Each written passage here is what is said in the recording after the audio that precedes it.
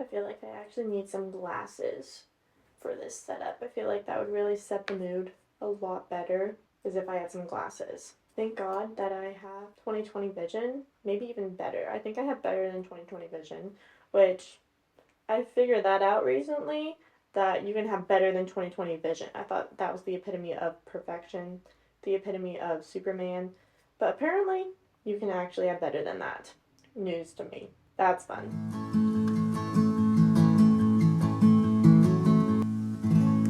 Hi girlies and welcome to the video.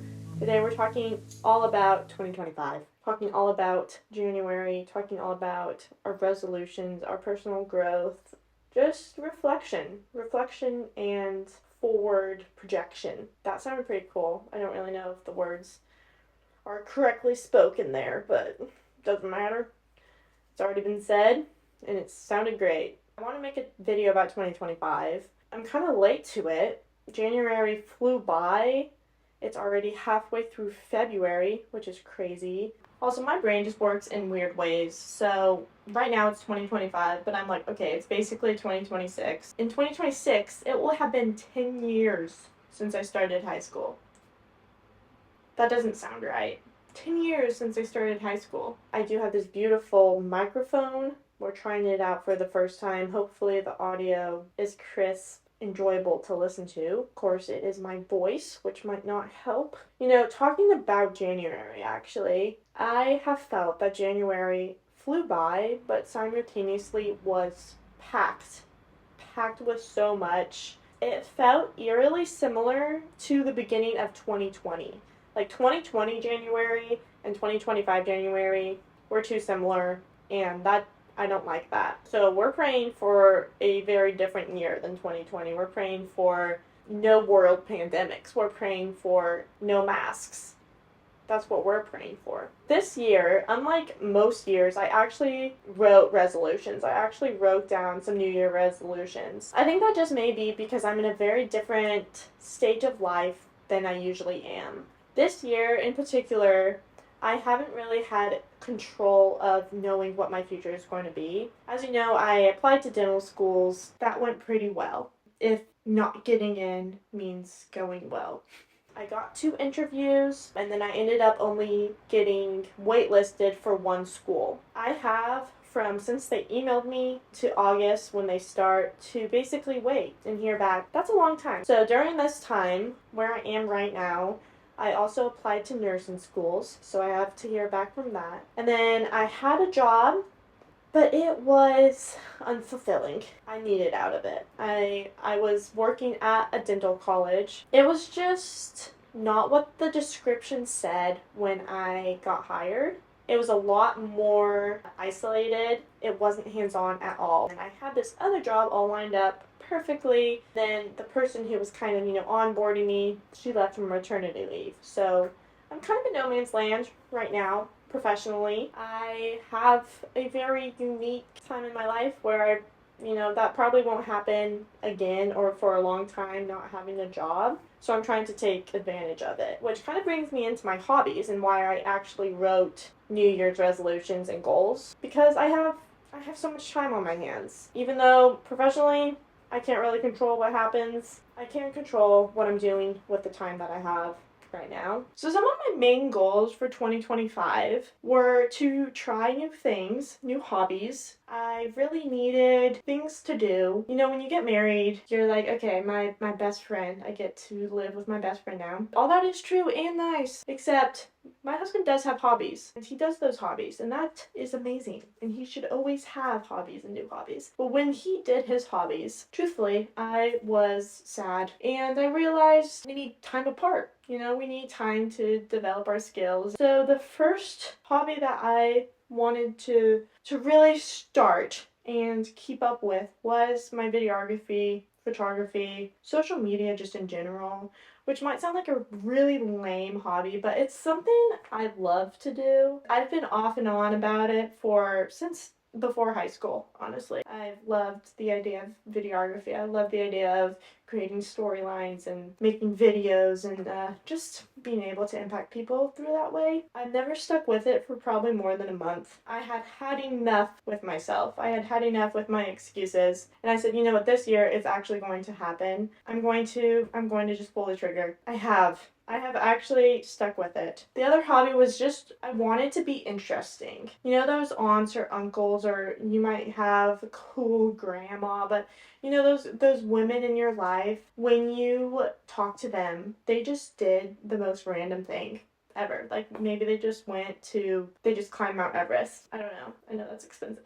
That's a really bad example, but you know, they did something where you're like, you're cool. I wouldn't have thought you would do that, but you're cool. Because of that, I've started to make the change. I've started to be the change I want to see to achieve cool aunt status. One of those things is I signed up to be an extra for movies. Oklahoma currently has like a big incentive to movie producers. There have been lots of movies being filmed here. Like Twister was one of them. What were some other ones? Stillwater. The movie Stillwater was just filmed. And one thing that you can do is sign up to be an extra. And so there's a casting call that emails me that are like, hey, we need a 6'1" male for blah, blah, blah. Or we need a female with blonde hair for blah, blah, blah. Well, I saw one that said high school soccer girls.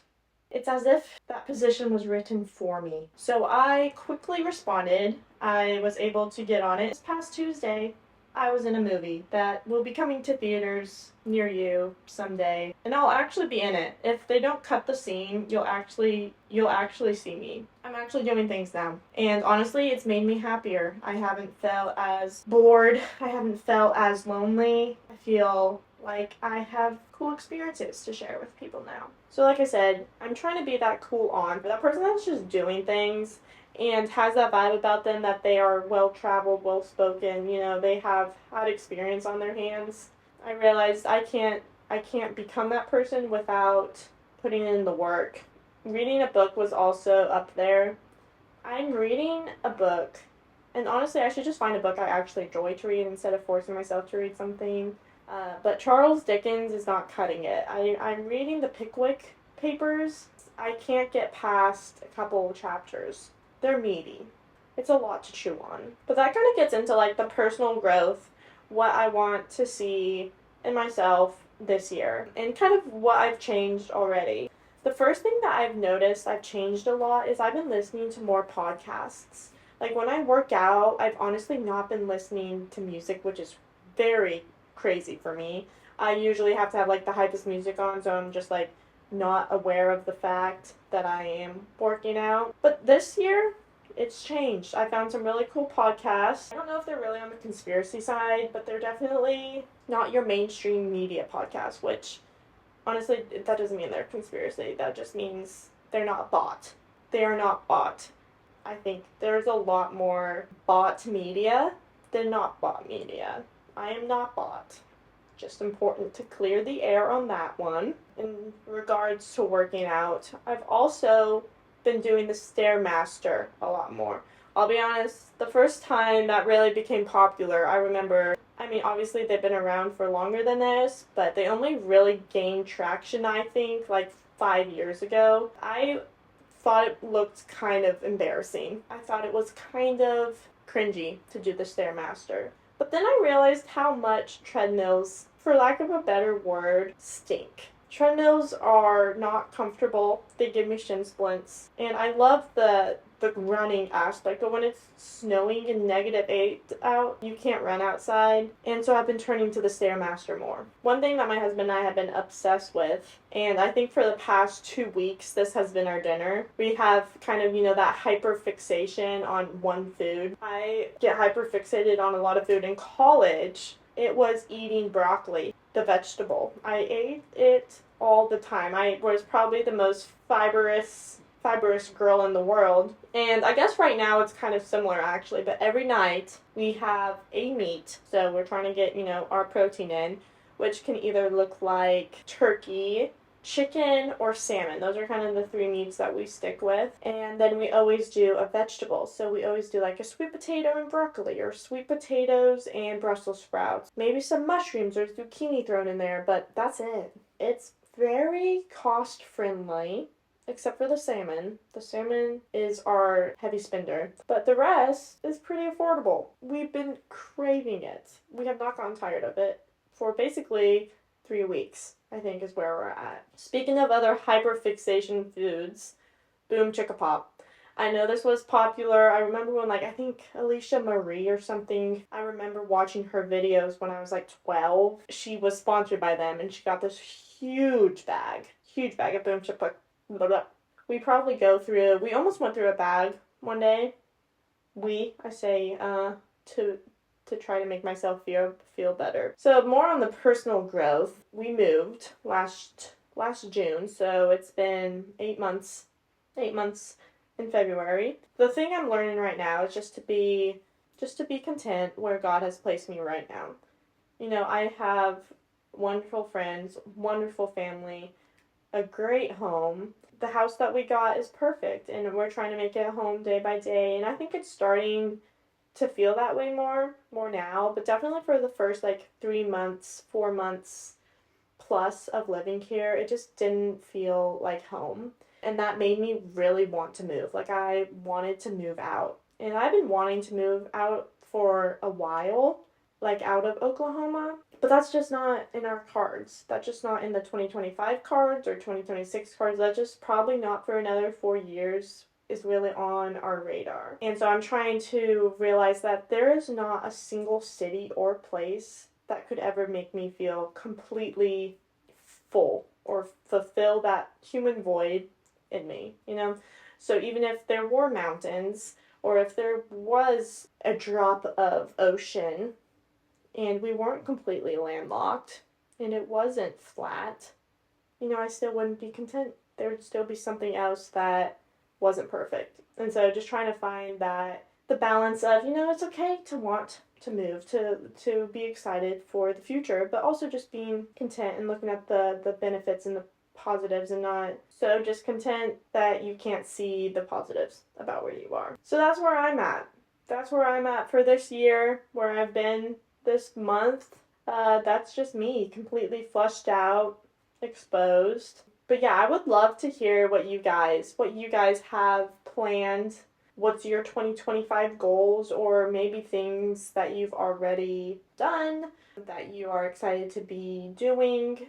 Maybe you haven't fulfilled anything and you have felt terrible and you have done nothing with your month. Let me know about that. And maybe that will be the change. Today's your change. So this is your shout out. No path is linear. So maybe this is your wake up call. Maybe this makes you feel better about yourself and you're like, wow, this girl, you know, her life kind of sucks and mine's looking really great. So whatever this video is to you, I'm so glad. You know, I'm here for that. I would love to hear what you have to say. Thank you for listening to me talk for 30 minutes. At least that's what it is about, unedited. I really appreciate you guys. Until next time, peace and love, stay healthy, and I'll see you next time.